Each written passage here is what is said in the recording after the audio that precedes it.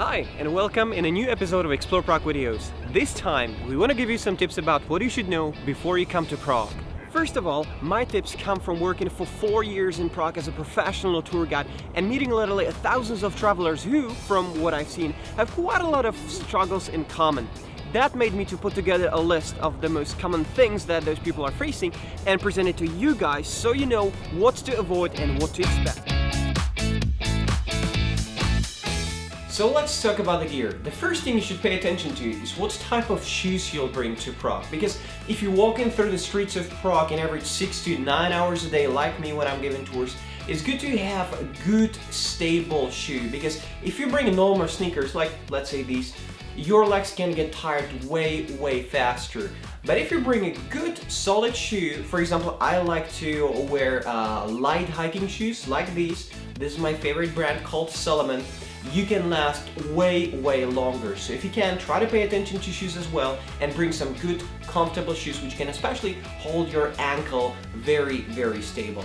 If you're staying in a Prague city center, one good recommendation we can give you is forget about a normal suitcase with wheels. Everything is laid on the cobblestones, so your suitcase will be bumping all over the place, making terrible noise. So the most practical thing to bring is just a normal backpack, let's say like this one.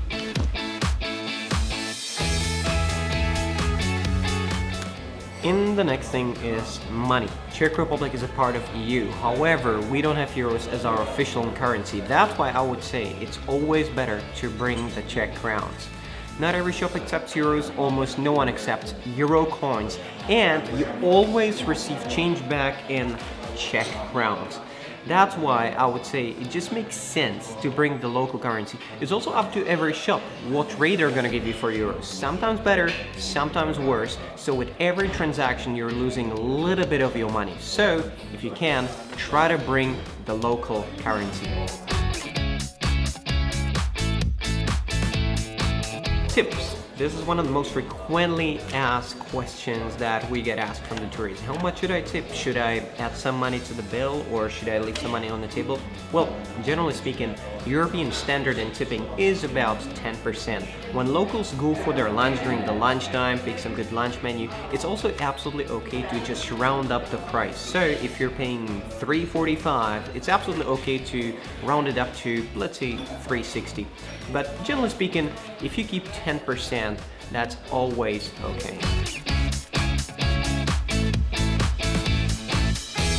So there are a couple good things to keep in mind when you're coming to Prague for the first time. If you're coming from US, Australia or Britain, we have different adapters. So the adapter you have to get is the top, which you can actually see right here on that picture. Quite a lot of travelers might be tempted to get some data, but I have to say, if you want to spare some bucks, just forget about that. Every other place in here has Wi-Fi, so you can easily stick just to that.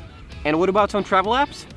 One of the single most useful apps that I've ever used during my travels is a great app called Maps.me. It's an app which allows you to download an offline map of the place where you go, and once you're there, it runs on GPS only. So in other words, it doesn't consume any data.